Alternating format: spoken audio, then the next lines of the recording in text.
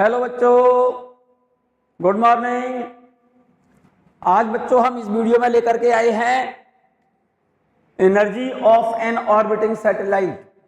इससे previous video में हम सैटेलाइट और उसकी ऑर्बिटल वेलोसिटी और उसका टाइम पीरियड हम डिस्कस कर चुके हैं बच्चों। हम इस वीडियो में आपको पढ़ा रहे हैं, बता रहे हैं बच्चों, डिस्कस कर रहे हैं हम energy of an orbiting satellite. अगर कोई सैटेलाइट ऑर्बिट में रिवॉल्व कर रहा हो, energy of an orbiting satellite, ध्यान से सुनिएगा। जैसे ये हमारी अर्थ, प्लैनेट कह सकते हैं आप, अर्थ है ये, और क्या बोलेंगे इसे हम, प्लैनेट। अर्थ सरफेस से, ध्यान दीजिए मेरी बात पर, ये तो अर्थ की रेडियस होगी मेरे बच्चे, कैपिटल आर, और सरफेस से h हाइट पर ये कोई सैटेलाइट अर्थ के चारों ओर क्या कर रहा है, ऑर्बिटल मोशन। ध्यान से सुनिएगा, क्या कर रहा है मेरे बच्चे, ऑर्बिटल मोशन। आप, मैं ऐसे इस तरह से बनाई दे रहा हूं बच्चों में, ऑर्बिट इसकी, मान जाओगे ना, यस। ऑर्बिट में मूव करते समय इसकी ऑर्बिटल वेलोसिटी में पहले पढ़ा चुका हूं। अर्थ के सेंटर से, ये मास of earth, this is the radius of earth, ये मास ऑफ सैटेलाइट, ये तो प्लैनेट है ये, और ये सैटेलाइट लिख दूं, सैटेलाइट, या समझ जाओगे। स्मॉल m क्या है, सैटेलाइट का मास है, और कैपिटल M अर्थ का मास है, मींस प्लैनेट का मास है। सैटेलाइट की अर्थ सरफेस से हाइट h है और अर्थ की रेडियस कैपिटल R। तो यहां से लेकर के यहां तक डिस्टेंस कितनी हो गई, ये डिस्टेंस स्मॉल r कह रहा हूं मैं, small r equal to r plus h। Orbital velocity, orbit में मैं इस फॉर्मूले को डिस्कस करा चुका हूं और इसको ड्राइव भी करा चुका हूं, root g mass of earth upon GME upon r, ये रिलेशन ध्यान है। और स्मॉल r की जगह पर जरूरत पड़ेगी आपको r प्लस h। अब मैं बात कर रहा हूं राजा बेटा इस सैटेलाइट की, इसकी मैं बात कर रहा हूं energy of an orbiting satellite. जो सैटेलाइट ऑर्बिटल मोशन कर रहा है, उस सैटेलाइट की एनर्जी कौन कौन सी होंगी मेरे बच्चे। तो इस सैटेलाइट में मेरे बच्चे एक तो पोटेंशियल एनर्जी होगी, इसमें कौन सी एनर्जी होगी, पोटेंशियल एनर्जी। एक होगी इसमें काइनेटिक एनर्जी, काइनेटिक और पोटेंशियल को जोड़ दो तो टोटल एनर्जी होगी। टोटल एनर्जी होती है kinetic energy plus potential energy. तो मैं इन एनर्जी की बात कर रहा हूं मेरे बच्चे। ऑर्बिट में रिवॉल्व करते सैटेलाइट की पोटेंशियल एनर्जी कितनी होगी, ये पोटेंशियल एनर्जी, और काइनेटिक एनर्जी कितनी होगी, और टोटल एनर्जी कितनी होगी, इनकी बात कर रहा हूं भाई। पोटेंशियल और काइनेटिक पता चल जाए, दोनों को ऐड कर देना, टोटल एनर्जी निकल आई। और इस ऑर्बिट में रिवॉल्व करते सैटेलाइट को, बहुत सिंपल सी बात बोल रहा हूं बच्चों, ऑर्बिट में रिवॉल्व करते हुए सैटेलाइट को इन्फिनिटी तक, कहां पर, अप टू इन्फिनिटी तक सैटेलाइट को ऑर्बिट से इन्फिनिटी तक लॉन्च करने के लिए इस सैटेलाइट को जितनी एनर्जी दी जाएगी, गिवन अमाउंट ऑफ एनर्जी इस सैटेलाइट के लिए जितनी होगी, ऑर्बिट से इन्फिनिटी तक भेजने के लिए इस सैटेलाइट को जितनी एनर्जी देनी होगी, उस एनर्जी को बोलते हैं हम इस सैटेलाइट की बाइंडिंग एनर्जी। तो बाइंडिंग एनर्जी क्या होगी, जब यह सैटेलाइट इन्फिनिटी पर पहुंचेगा तो इन्फिनिटी पर सैटेलाइट की टोटल एनर्जी मेरे बच्चे 0 होती है। तो ऑर्बिट से इन्फिनिटी तक भेजने के लिए इस सैटेलाइट को ऑर्बिट से इन्फिनिटी तक भेजने के लिए required given amount of energy जो भी होगी, वो इस सैटेलाइट की बाइंडिंग एनर्जी कहलाती है। तो मैं बात कर रहा हूं पहले ऑर्बिट में इस सैटेलाइट की पोटेंशियल एनर्जी क्या होगी। तो पोटेंशियल एनर्जी का फॉर्मूला पढ़ा है आपने, potential energy of satellite in orbit U equal to minus GM upon R। ये रिलेशन पोटेंशियल एनर्जी का आपने पढ़ रखा है। इस रिलेशन में capital G universal gravitation constant, capital M mass of earth, small M इस सैटेलाइट का मास है।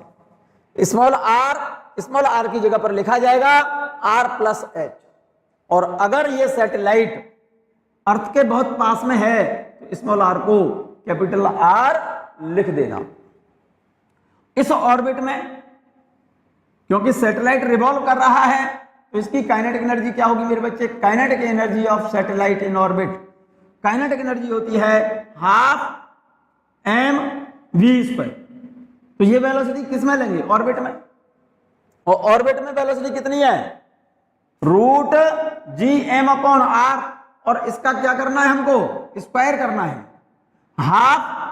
भाई ये काइनेटिक एनर्जी किसकी है? सैटेलाइट की है। तो सैटेलाइट की काइनेटिक एनर्जी बराबर होगी half mass of satellite into orbital velocity का स्क्वायर, ½mv²। हाफ ये तो मास सैटेलाइट का है, ऑर्बिटल वेलोसिटी का स्क्वायर कर दो बच्चों। और तो ऑर्बिटल वेलोसिटी कितनी है? ये रही। इसका स्क्वायर करके इसका स्क्वायर करके यहां लिखोगे तो ये रूट हट जाएगा बच्चों। तो देखो हाफ स्मॉल एम और इसको रूट हटा करके gm/r लिख दो, इसकी जगह पर gm/r। तो फॉर्मूला क्या आ गया? gmm/2r। क्लियर है ये बात? और ये 2 तो मेरे बच्चे हाफ यहां आ रहा है ना, ये 2 आ रहा है, ये वाला 2 है, ये स्मॉल एम ये रहा। और इसका स्क्वायर करेंगे ऑर्बिटल वेलोसिटी का, इसका स्क्वायर तो gm/r, capital G capital M/r।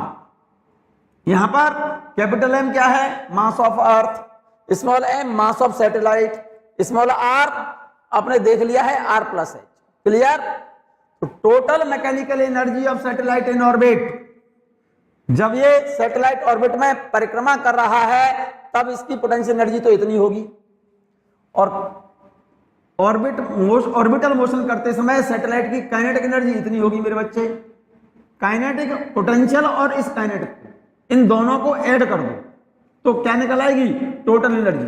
तो टोटल एनर्जी बराबर काइनेटिक प्लस पोटेंशियल। तो इस एनर्जी को और इस एनर्जी को जरा गौर से देखो मेरे बच्चे, इन दोनों को ऐड कर लो, इसको प्लस इसको।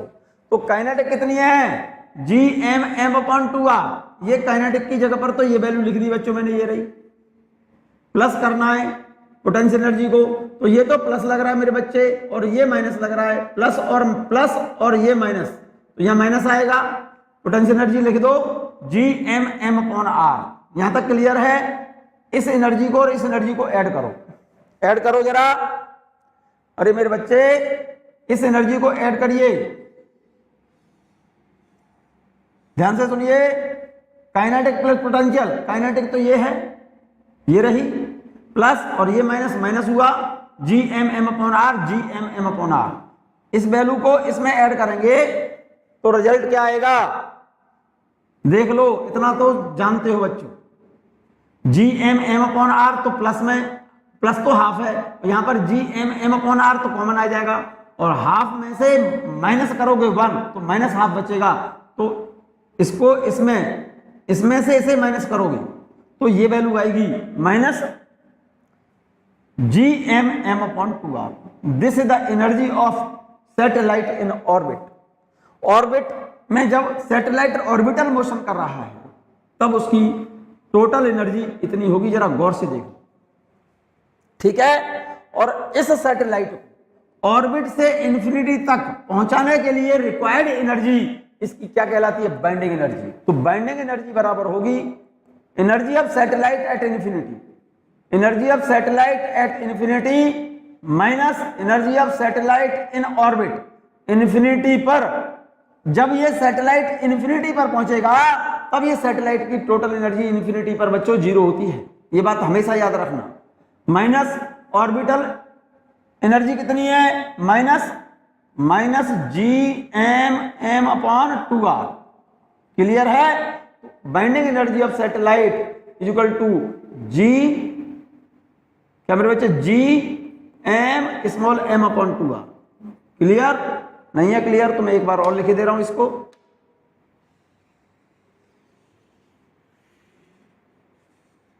जरा ध्यान से देखिएगा मेरे बच्चे, बाइंडिंग एनर्जी सैटेलाइट की आ गई कितनी? माइनस और माइनस प्लस हो जाएगा, capital G capital M small m upon 2r। ये total energy total binding energy है सैटेलाइट की। कहां पर? सैटेलाइट को ऑर्बिट से इंफिनिटी तक लॉन्च करने के लिए गिवन अमाउंट ऑफ एनर्जी उस सैटेलाइट की क्या कहलाती है? Binding energy. नोट कर लिया बच्चों? ये फिगर नोट कर लीजिए आप, अगर कर सकते हो तो। ये फिगर नोट कर लिया। पोटेंशियल एनर्जी हमने ये लिख दी है, काइनेटिक एनर्जी ये रही half M V square, orbital velocity का स्क्वायर करेंगे और ऑर्बिटल वेलोसिटी मैंने यहां लिखी हुई है। पोटेंशियल और काइनेटिक दोनों को ऐड कर दिया, ऑर्बिट में टोटल एनर्जी निकल आई थी। और सैटेलाइट को ऑर्बिट से इंफिनिटी तक भेजने के लिए, ऑर्बिट से इंफिनिटी तक लॉन्च कराने के लिए गिवन अमाउंट ऑफ एनर्जी इस सैटेलाइट की क्या कहलाती है? Binding energy. तो बाइंडिंग एनर्जी कितनी होगी? बाइंडिंग एनर्जी ऑर्बिट में जो ऑर्बिट में जो सैटेलाइट की एनर्जी है उसको कहां तक भेजने के लिए? इंफिनिटी तक भेजने के लिए given amount of energy, binding energy निकालना, इंफिनिटी पर एनर्जी माइनस ऑर्बिट में एनर्जी।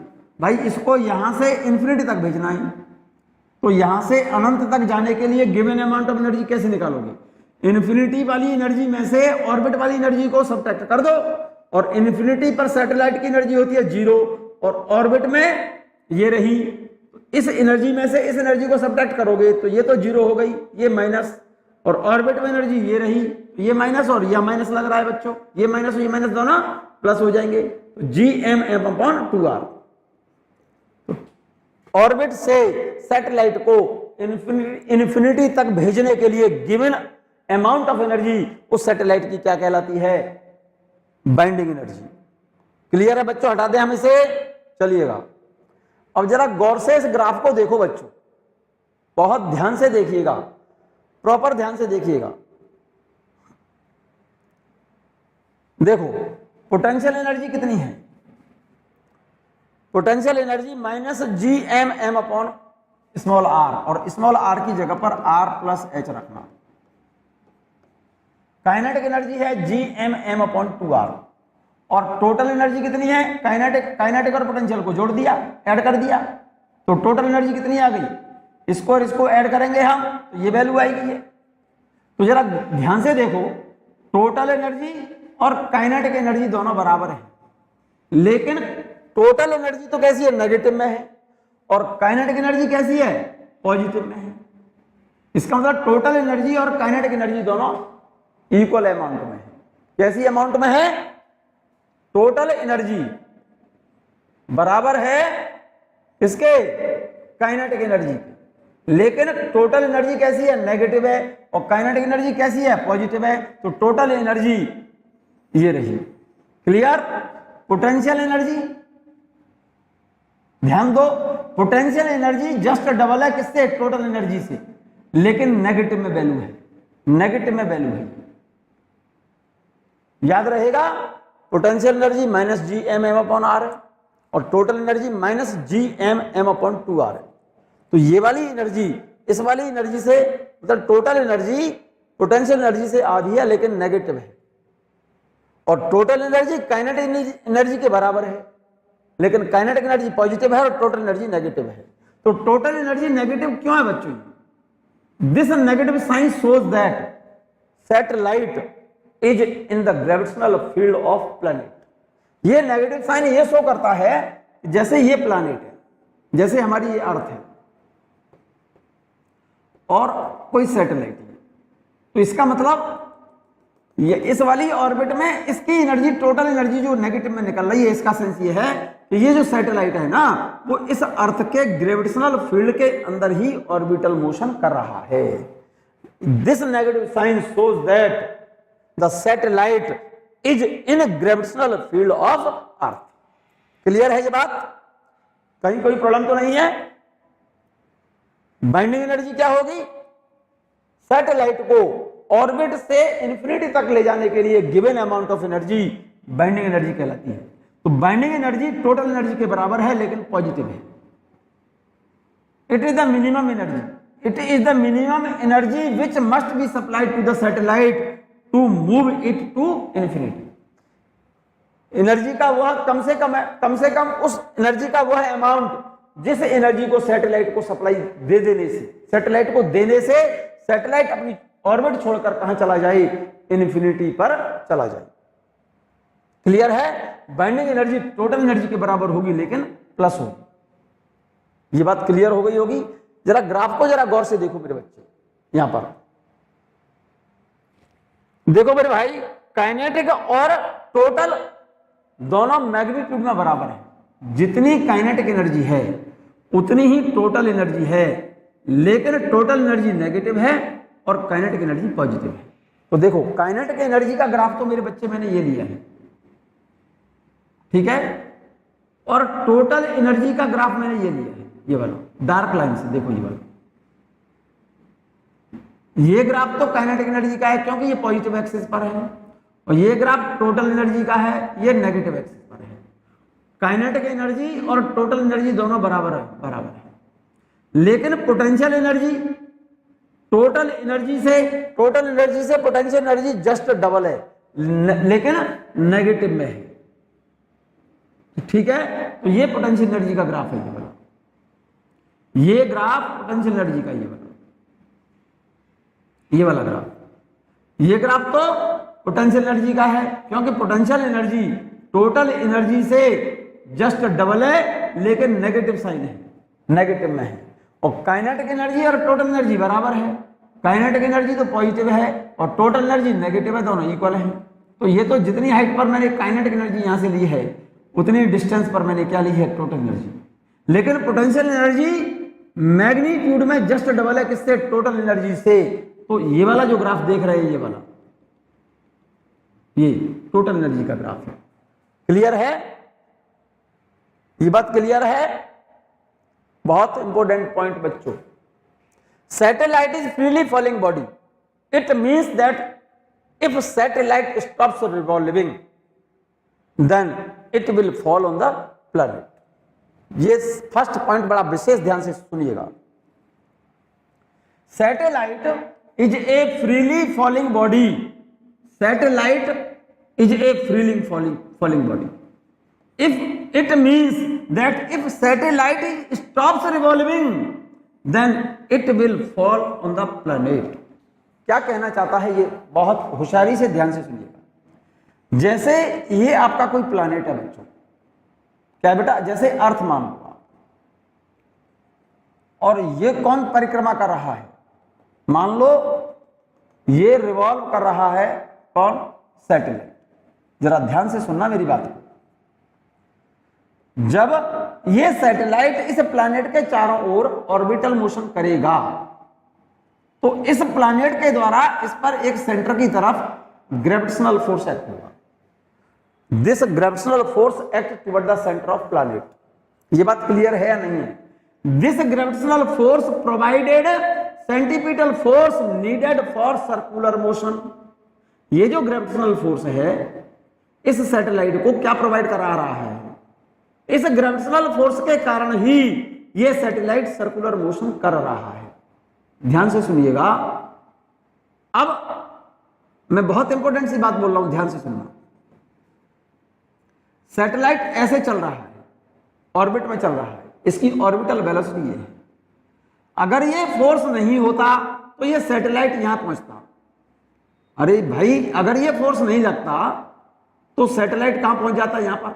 लेकिन ये सैटेलाइट यहां नहीं पहुंचा ना भाई। अगर ये फोर्स डिसअपियर हो जाए, मतलब ये ग्रेविटेशनल फोर्स क्या हो जाए, डिसअपियर का मतलब ये ग्रेविटेशनल फोर्स लगना बंद हो जाए, तो क्या होगा, सैटेलाइट उस पॉइंट पर इस सर्कुलर पाथ के टेंजेंशियली मूव कर जाएगा। कब? जब ये फोर्स लगना बंद हो जाए। अगर ये फोर्स लग रहा है, एक्चुअल में सैटेलाइट इस ऑर्बिट में चल रहा है, इस पॉइंट पर ऑर्बिटल वेलोसिटी ये है। अगर ये फोर्स इस पर नहीं होता तो ये सैटेलाइट यहां पहुंचता, लेकिन ये फोर्स तो लग रहा है। तो क्या हो रहा है, देखो जरा ध्यान से। सैटेलाइट यहां पहुंचा, नहीं पहुंचा, यहां आ गया।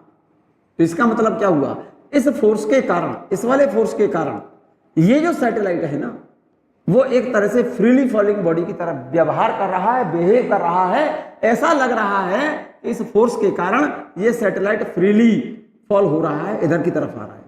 तो यहां पर ऑर्बिटल वेलोसिटी इस डायरेक्शन में होगी मेरे बच्चे। सैटेलाइट को जाना चाहिए इधर, अगर ये फोर्स नहीं होता तो ये सैटेलाइट ऐसे चला जाता, लेकिन हुआ क्या, सैटेलाइट यहां से यहां पर चला जाता ना, कब, जब ये फोर्स नहीं होता, लेकिन ये फोर्स तो लग रहा है कंटिन्यू, तो एक्चुअल में सैटेलाइट यहां से यहां नहीं पहुंचा, सैटेलाइट इस पाथ को फॉलो करते हुए यहां पहुंचा, एस डैश की बजाय यहां पहुंचा। तो इस फोर्स के कारण, कौन से फोर्स के कारण, इस वाले फोर्स के कारण, इस वाले फोर्स के कारण, फोर्स ऑफ अट्रैक्शन के कारण, इस वाले फोर्स के कारण, इस वाले फोर्स के कारण ये सैटेलाइट किसकी तरह बिहेव कर रहा है, मानो फ्रीली फॉल कर रहा है। सैटेलाइट यहां पर फोर्स लग रहा है इस डायरेक्शन में, सैटेलाइट चलना चाहिए इस डायरेक्शन में, जाना चाहिए इधर, अगर ये फोर्स नहीं होता तो ये सैटेलाइट यहां जाता, लेकिन यहां ना पहुंच करके ये यहां आ गया, यहां के बजाय यहां पर पहुंचा।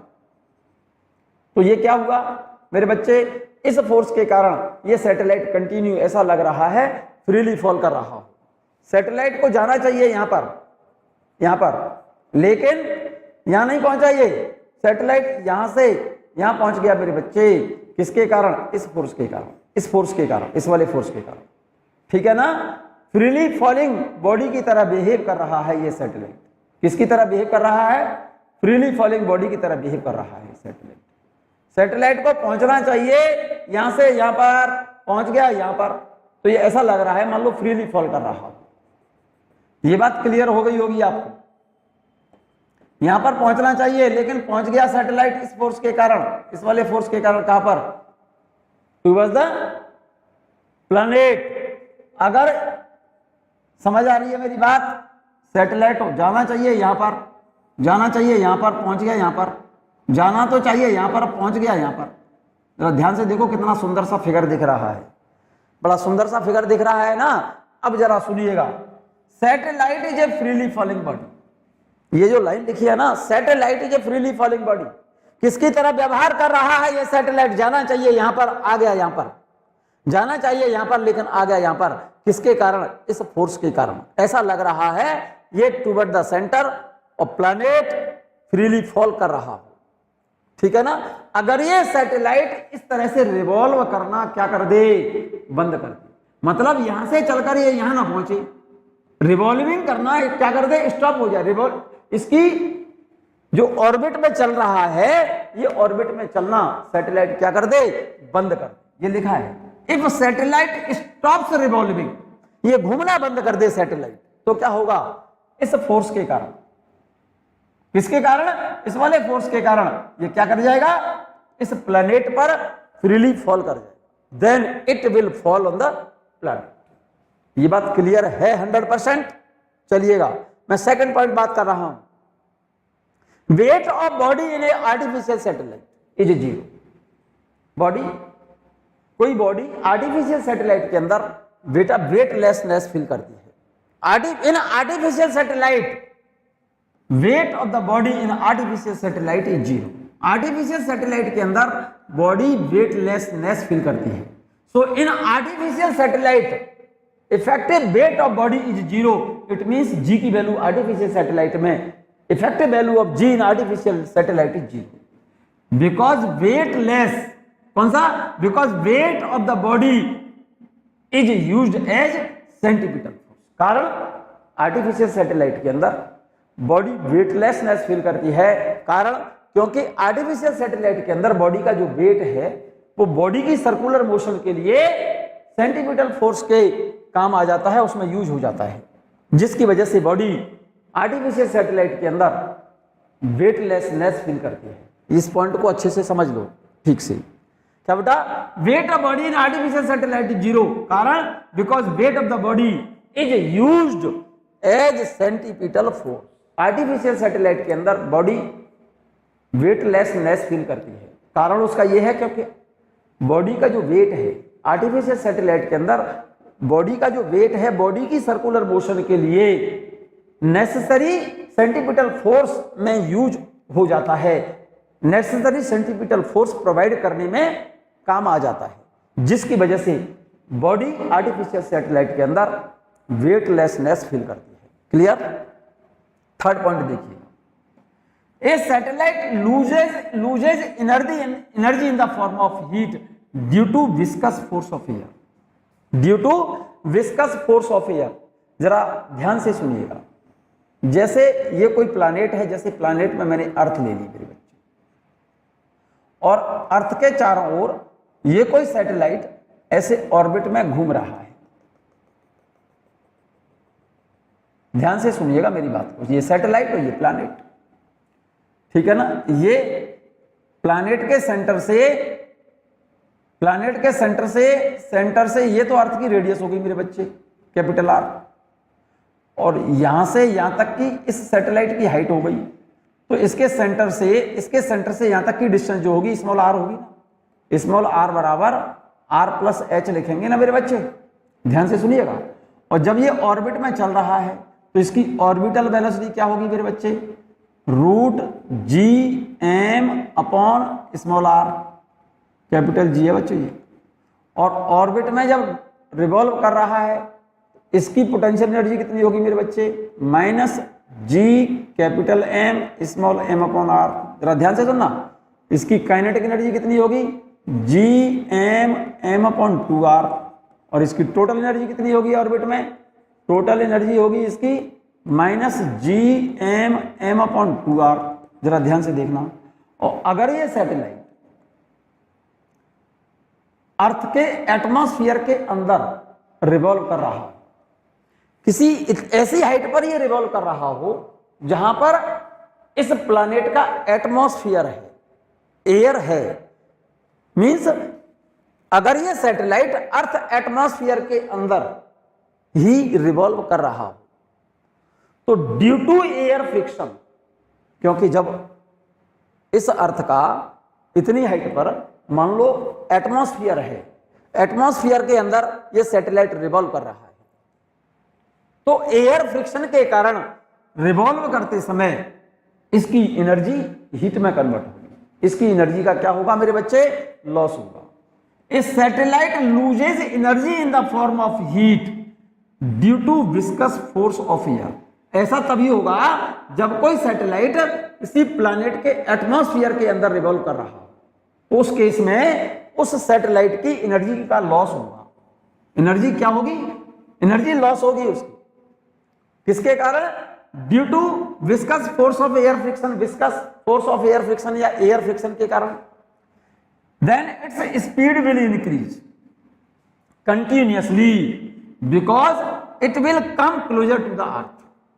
एक एक शब्द समझिए, जब कोई सैटेलाइट किसी प्लैनेट के एटमॉस्फेयर के अंदर रिवॉल्व कर रहा हो तो एयर के घर्षण होने के कारण, एयर के फ्रिक्शन के कारण एयर विस्कस फोर्स लगाएगी इस सैटेलाइट पर, जिसके कारण इस सैटेलाइट की एनर्जी का क्या होगा, लॉस होगा। वो एनर्जी लॉस जो होगा वो किस में कन्वर्ट होगा, हीट में कन्वर्ट होगा बच्चों, ठीक है ना। And its speed will be increases continuously because it will come closer to the earth. क्योंकि जब इसकी एनर्जी का लॉस होगा मेरे बच्चे तो ये क्या होगा, ये अर्थ के पास आता जाएगा। जरा गौर से देखो, जैसे पैसे सैटेलाइट यहां पर है, जब एनर्जी लॉस होगा तो इसकी ऑर्बिट की जो एनर्जी हो, ऑर्बिट की जो रेडियस होगी वो क्या होती जाएगी, छोटी होती जाएगी। एनर्जी लॉस होने के कारण इसकी ऑर्बिट क्या होती गई, छोटी होती गई, अर्थ के पास आता जाएगा। फाइनली स्पाइरल पाथ को फॉलो करते हुए ये किस पर गिर जाएगा, प्लैनेट पर फॉल कर जाएगा। तो जैसे जैसे इसकी एनर्जी एयर फ्रिक्शन के कारण लॉस होगी तो प्लैनेट के पास आता जाएगा, और प्लैनेट के जब पास आता जाएगा तो सोचो आर कम हो गया, आर कम हो गया तो इसकी स्पीड बढ़ जाएगी। कब से डिवाइड करोगे तो ऑर्बिट में घूमने की स्पीड बढ़ेगी, इसकी काइनेटिक एनर्जी बढ़ेगी, लेकिन पोटेंशियल और टोटल एनर्जी घटेगी, क्योंकि ये वैल्यू नेगेटिव है बच्चों। चेक कर लो, इस फिगर को पहले ठीक से बनाइए आप, फिर आपको समझ आएगी मेरी बात। बनाइए पहले इस फिगर को, काम की चीज है ये, इंपॉर्टेंट पॉइंट है बच्चों। थर्ड पॉइंट इंपॉर्टेंट नहीं है, बहुत इंपॉर्टेंट पॉइंट है, फिर से बोल रहा हूं। A satellite loses energy in the form of heat due to viscous force of air. और एनर्जी जब लॉस जैसे जैसे इसका होगा मेरे बच्चे तो सैटेलाइट क्या होगा, प्लैनेट के पास आता जाएगा। then its speed will increases continuously because it will come closer to the earth. It will finally fall on the earth surface by following spiral path.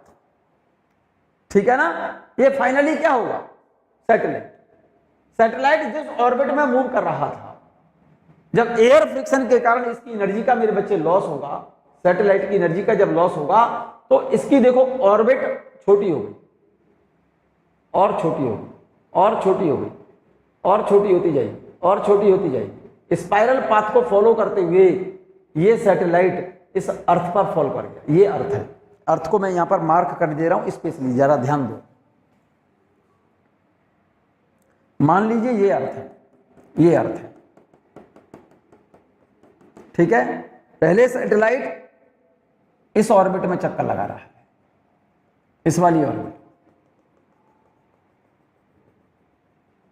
अब जैसे जैसे लॉस एनर्जी का हुआ, एनर्जी लॉस हुआ तो इसकी ऑर्बिट क्या होती गई, देखो ये छोटी होती गई, ये ऑर्बिट और छोटी हो गई, ये ऑर्बिट और छोटी हो गई, ये ऑर्बिट और छोटी हो गई और छोटी हो गई और छोटी हो गई और छोटी होते होते स्पाइरल पाथ को फॉलो करते हुए कहां पर गिर गया, ये सैटेलाइट पहले इस ऑर्बिट में चल रहा था, इस वाली ऑर्बिट में। अब ऑर्बिट और छोटी हुई, अब और छोटी हुई और छोटी हुई और छोटी होते होते ऑर्बिट छोटी होते होते कहां पर फॉल कर गया, ये अर्थ पर फॉल कर गया, ये अर्थ पर फॉल कर गया।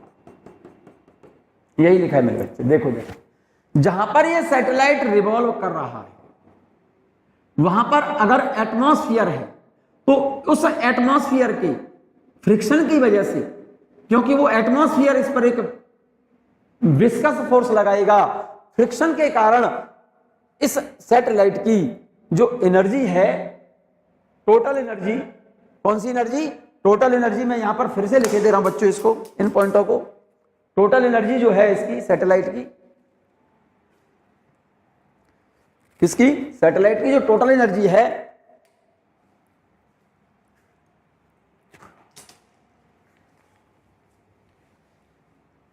अगर ये सैटेलाइट एटमॉस्फेयर में रिवॉल्व कर रहा है तो एयर के फ्रिक्शन के कारण, किसके कारण मेरे बच्चे, एयर फ्रिक्शन के कारण इसकी जो टोटल एनर्जी है, मैं यहां पर एक बार नोट करता हूं बच्चों, देखो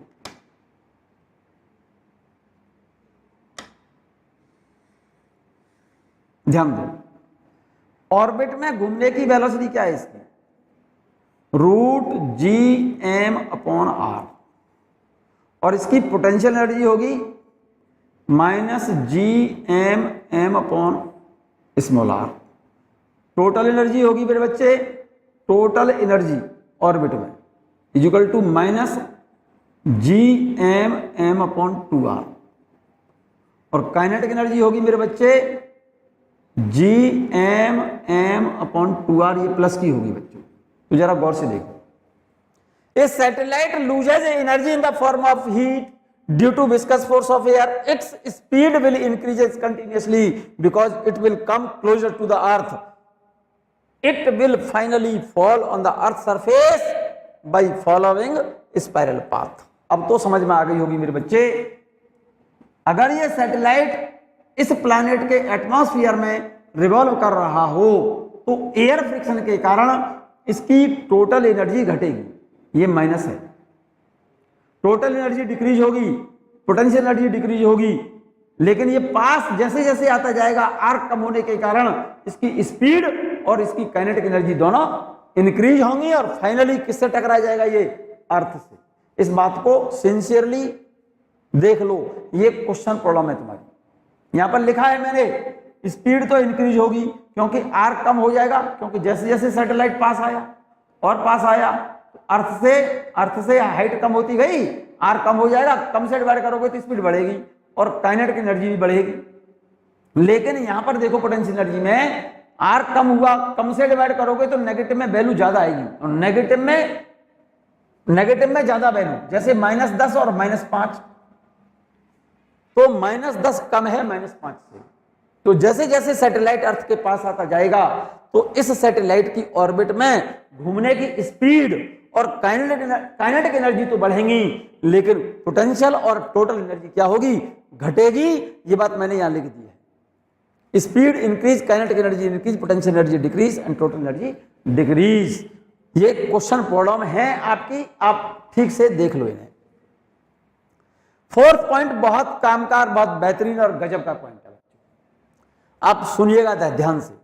if a satellite always appears overhead stationary to a man on the earth surface, its angular velocity is the same as that of the earth from west to east, only equatorial plane are possible, it is called synchronous और communication और geostationary satellite and this orbit is called parking orbit. क्या कहना चाहता है, यह कहना चाह रहा है मेरे बच्चे कि अगर कोई प्लैनेट, प्लैनेट नहीं, सैटेलाइट, जैसे कोई सैटेलाइट है, ठीक है ना, और यहां पर अर्थ, ये अर्थ है हमारी, ये वाली, ये तो अर्थ है मेरे बच्चा, और यहां पर आप खड़े हो अर्थ सरफेस पर। अगर कोई प्लैनेट अर्थ सरफेस से देखने पर, अगर वो किसी व्यक्ति को अर्थ सरफेस से देखने पर कोई सैटेलाइट अपने सर के ऊपर दिखाई दे, हमेशा अर्थ सरफेस से किसी सैटेलाइट को देखने पर, अगर कोई सैटेलाइट अर्थ से देखने पर अपने सर के ऊपर ही दिखाई दे, ठीक है ना, इसका मतलब इस मैन के रेस्पेक्ट में ये सैटेलाइट यहां पर है, ये मैन यहां पहुंच गया मान लो, तो सैटेलाइट चल करके यहां आ गया, हमेशा उसको अपने सर पर दिखाई दे। ये सैटेलाइट, ये मैन यहां पहुंचना, यहां कैसे पहुंचेगा भाई, क्योंकि हमारी अर्थ क्या कर रही है, स्पिन कर रही है, और अर्थ जब स्पिन करेगी, ध्यान से सुनो, कोई व्यक्ति यहां पर इक्वेटर पर यहां पर है और उसको सैटेलाइट यहां पर दिखाई दे रहा है। जब अर्थ रोटेशन के साथ व्यक्ति यहां पर पहुंचा तो उसको वही सैटेलाइट वो यहां दिखाई दे रहा है, ठीक अपने सर के ऊपर, ठीक है ना।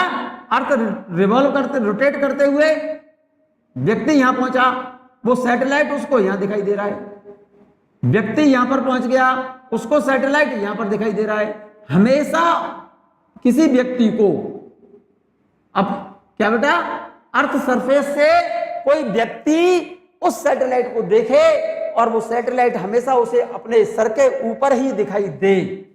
ये व्यक्ति यहां पर आ गया और सैटेलाइट यहां से यहां पर दिखाई दे रहा है, ठीक उसके ऊपर दिखाई दे रहा है।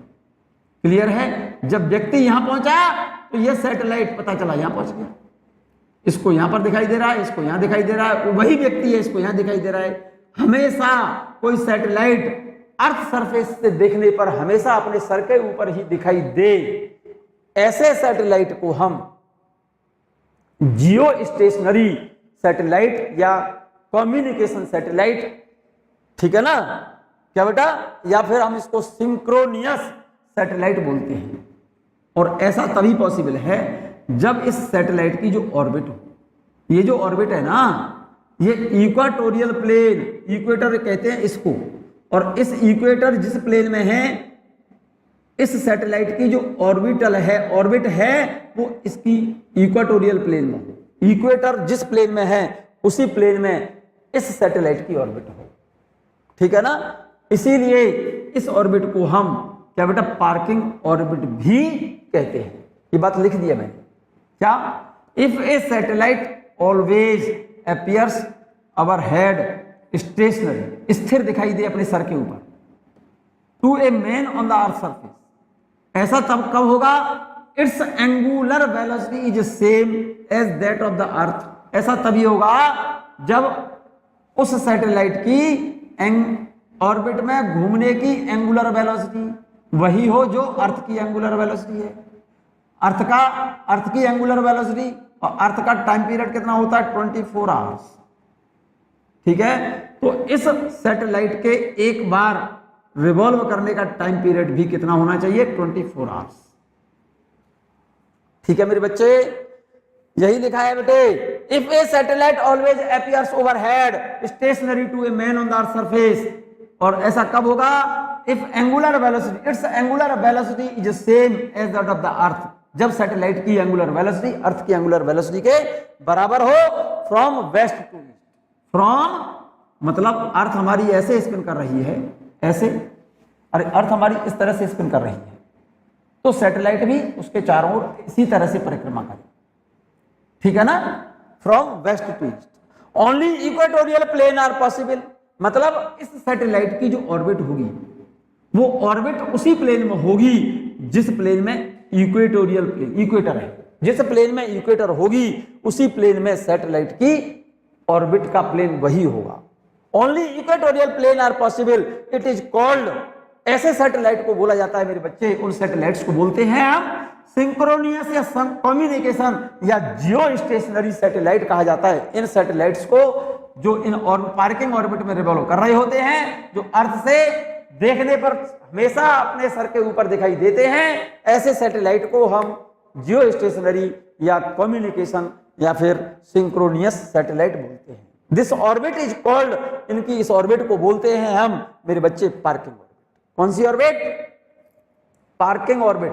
यहां पर फिर से मैं एक बार इसकी फिगर बनाई दे रहा हूं मेरे बच्चे, ऐसे सैटेलाइट, फिर से समझ लो इस बात को, जैसे ये हमारी अर्थ है मेरे बच्चा, क्या है ये? अर्थ, और ये अर्थ की इक्वेटर है।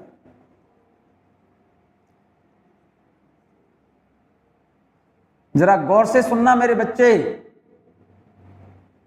अर्थ हमारी एक्सिस, अपनी एक्सिस के अबाउट स्पिन करती है फ्रॉम वेस्ट टू ईस्ट, और जो सैटेलाइट, इनको आप जियो स्टेशनरी सैटेलाइट बोल रहे हो, उनकी जो ऑर्बिट होगी वो इक्वेटोरियल प्लेन में होगी। इस ऑर्बिट को बोलते हैं parking orbit, parking orbit for Jio stationery satellite. और इनके रिवॉल्व करने की एंगुलर वेलोसिटी वही होगी जो हमारी अर्थ की है। अर्थ का टाइम पीरियड हमारा होता है 24 आवर्स, 24 आवर्स। तो जियो स्टेशनरी सैटेलाइट का भी टाइम पीरियड कितना होगा? 24 आवर्स। ठीक है, ध्यान से सुनना। और इस ऑर्बिट में इस सैटेलाइट के रिवॉल्व करने की जो ऑर्बिटल वेलोसिटी है लिखी हुई है कितनी? 3.1 किलोमीटर पर सेकंड। ध्यान से सुनिएगा भाई, ठीक है ना। इसका टाइम पीरियड कितना होता है? 24 आवर्स होता है। और इनकी अर्थ सरफेस से ये हाइट जो देख रहे हैं, ये वाली हाइट, अर्थ सरफेस से जो हाइट है, ये वाली हाइट, ये 35,880 किलोमीटर होती है। ये रही अर्थ सरफेस से जियो स्टेशनरी सैटेलाइट की जो हाइट है, ऊंचाई है, कितनी होती है? लगभग 36,000 किलोमीटर। ये बात को आप याद कर लो। ये जो हाइट है जियो स्टेशनरी सैटेलाइट की 35,880 किलोमीटर, अप्रोक्सीमेटली 36,000, इतने किलोमीटर हाइट होती है इसकी। किसकी? जियो स्टेशनरी सैटेलाइट की अर्थ सरफेस से जो ऊंचाई है इतनी होती है। और रेडियो वेव्स को, किनको? अर्थ सरफेस से रेडियो वेव को, रेडियो वेव्स को अर्थ सरफेस से कहां तक? अर्थ सरफेस से रेडियो वेव्स को सैटेलाइट तक जाने और सैटेलाइट से अर्थ सरफेस पर वापस आने का जो टाइम होता है वो टाइम लगता है 1/4 सेकेंड। कितना second?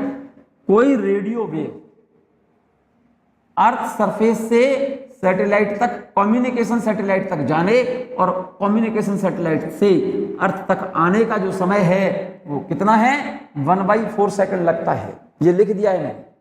Radio waves takes 1/4 second to go to such a satellite from the earth and comes back to the earth after reflection from it.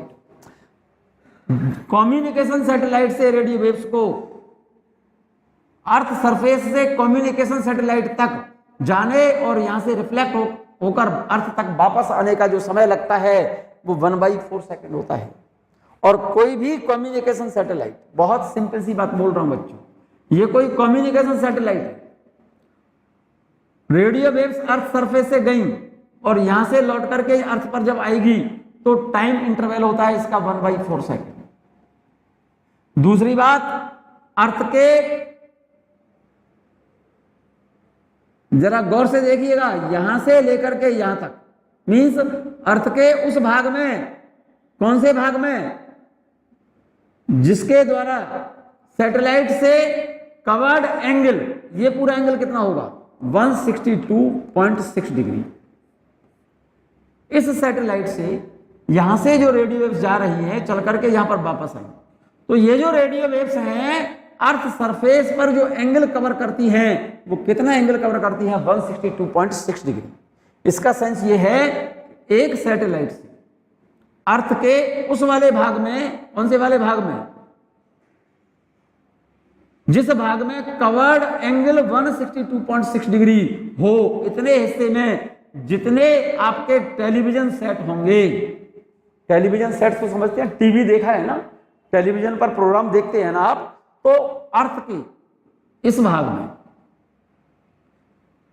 कौन सा वाला हिस्सा, ये वाला पार्ट, जिस वाले पार्ट में ये सैटेलाइट से चलने वाली, यहां से चलने वाली रेडियो वेव्स यहां तक पहुंची, ये रेडियो वेव्स इस वाले भाग में कितना एंगल कवर करेंगी 162.6 डिग्री।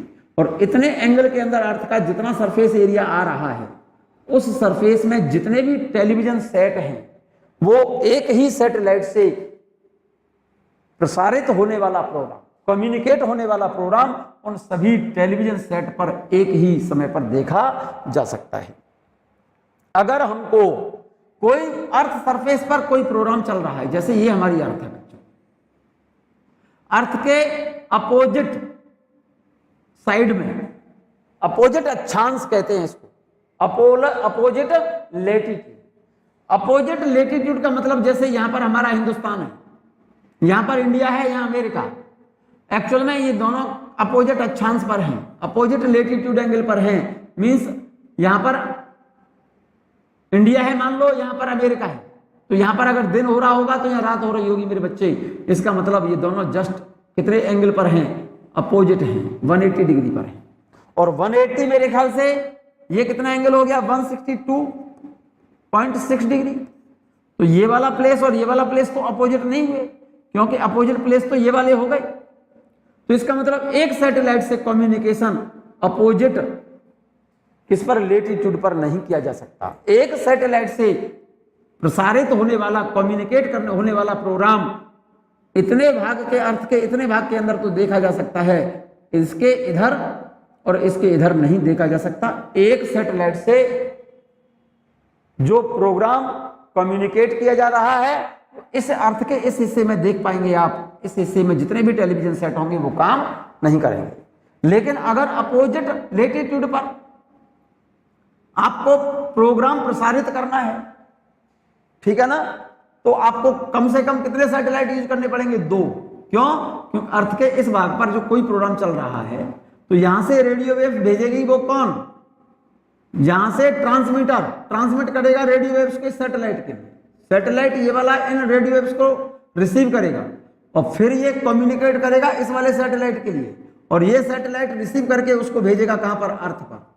तो इसका मतलब यहां के प्रोग्राम को इस जगह पर देख, अपोजिट लेटीट्यूड पर देखने के लिए कम से कम कितने सैटेलाइट चाहिए हमको, 2, क्योंकि 2 सैटेलाइट अर्थ के 180 डिग्री एंगल को कवर कर पाएंगे, क्योंकि 180 शायद इस एंगल से ज्यादा है। एक सैटेलाइट से जो प्रोग्राम प्रसारित किया जा रहा है वो अर्थ के केवल उसी भाग में देखा जा सकता है जहां पर कवर्ड एंगल कितना हो, अर्थ के उस भाग के द्वारा कवर्ड एंगल कितना हो, 162.6 डिग्री हो। और अगर एंगल 180 डिग्री के अपोजिट लेटीट्यूड पर अगर प्रोग्राम प्रसारित करना है तो आपको कितने सैटेलाइट इस्तेमाल करने पड़ेंगे, 2, क्योंकि 180 से 162.6 से ज्यादा है तो 2 सैटेलाइट यूज करने पड़ेंगे। अगर पूरी अर्थ पर एक साथ, पूरी अर्थ पर वर्ल्ड वाइड प्रोग्राम कोई संचारित करना है, प्रसारित करना है, तो आपको कम से कम कितने, 3 सैटेलाइट यूज करने पड़ेंगे बच्चों। देखिएगा, at least 3 satellite are needed for world wide communication for 1 TV station. एक टीवी स्टेशन से प्रसारित किए जाने वाला प्रोग्राम पूरी अर्थ पर एक ही साथ दिखाई दे, इसके लिए आपको सैटेलाइट इस्तेमाल करने होंगे कम से कम 3। मतलब अर्थ के किसी एक जगह पर प्रोग्राम चल रहा है, जैसे ये हमारी अर्थ है, तो अर्थ टोटल एंगल कितना कवर करेगी मेरे बच्चे? टोटल एंगल तो 360 कवर करेगी। जैसे एक सैटेलाइट ये है, तो ये कितना एंगल कवर करेगा एक सैटेलाइट? बस ज्यादा से ज्यादा एक सैटेलाइट ये प्रोग्राम को कहां भेज सकता है? 162.6 डिग्री के अंदर भेज सकता है। तो आपको कम से कम कितने सैटेलाइट यूज करने पड़ेंगे मेरे भाई? 3 सैटेलाइट यूज करने पड़ेंगे कम से कम। कैसे? देखो, एक सैटेलाइट S1, एक S2 और एक S3। क्या करना पड़ेगा? जो यहां पर अर्थ के इस जगह पर कोई प्रोग्राम चल रहा है, तो ये सैटेलाइट भेजेगा प्रोग्राम को इधर, और ये भेजेगा इस पर, और ये भेजेगा इस पर, और ये भेजेगा इस पर। जरा सोच के देखो, एक सैटेलाइट कितना एंगल कवर कर रहा है? ये वाला कितना? 162.6 डिग्री। ये सैटेलाइट भी इस पर कितना एंगल कवर कर लेगा? 162.6 डिग्री। और ये सैटेलाइट भी अर्थ पर कितना एंगल कवर कर लेगा? 162.6 डिग्री। तो मेरे ख्याल से 360, 3 इंटू 162.6 डिग्री, ये वैल्यू तो 360 से ज्यादा हो गई। इसका मतलब पूरी अर्थ के किसी जगह पर एक टेलीविजन कोई प्रोग्राम यहां पर चल रहा है, और उस प्रोग्राम को एक ही साथ पूरी अर्थ पर वर्ल्ड वाइड कम्युनिकेशन के लिए आपको कम से कम कितने सैटेलाइट इस्तेमाल करने पड़ेंगे? 3 satellite. So at least 3 satellites are needed for world wide communication from 1 television station. Clear? बात क्लियर हो गई मेरे बच्चे? चलिएगा, मैं बात कर रहा हूं मेरे भाई पोलर सैटेलाइट की। कौन सा सैटेलाइट? पोलर सैटेलाइट की बात कर रहा हूं मेरे बच्चे। कौन से सैटेलाइट की बात कर रहा हूं? Polar satellite. If satellite revolves in a polar orbit is called polar satellite. Simple सी बात है। If satellite revolve in a polar orbit is called polar satellite. Polar orbit inclined by 90 degree with equatorial plane of the earth। फिर से समझ लो। क्या बेटा? कौन से satellite? If satellite revolve in polar orbit. अगर कोई सैटेलाइट पोलर ऑर्बिट में रिवॉल्व कर रहा हो तो उस सैटेलाइट को हम पोलर सैटेलाइट बोलते हैं। Polar orbit inclined by 90 degree with equatorial plane. ये फिगर बनाइए आप, पहले बना चुका हूं। ये तो अर्थ है, ये इक्वेटर, ये होती है पार्किंग ऑर्बिट, और इक्वाटोरियल ऑर्बिट बोलते हैं इसको। और अगर कोई सैटेलाइट पोलर ऑर्बिट में रिवॉल्व कर रहा हो, उस सैटेलाइट को ये तो पोलर ऑर्बिट कहते हैं और ये इक्वाटोरियल ऑर्बिट बोलते हैं। और पोलर ऑर्बिट इक्वेटोरियल ऑर्बिट से 90 डिग्री पर होती है भाई। इस वाली ऑर्बिट से ये वाली ऑर्बिट 90 डिग्री पर इंक्लाइंड हो, यही लिखा है मैंने।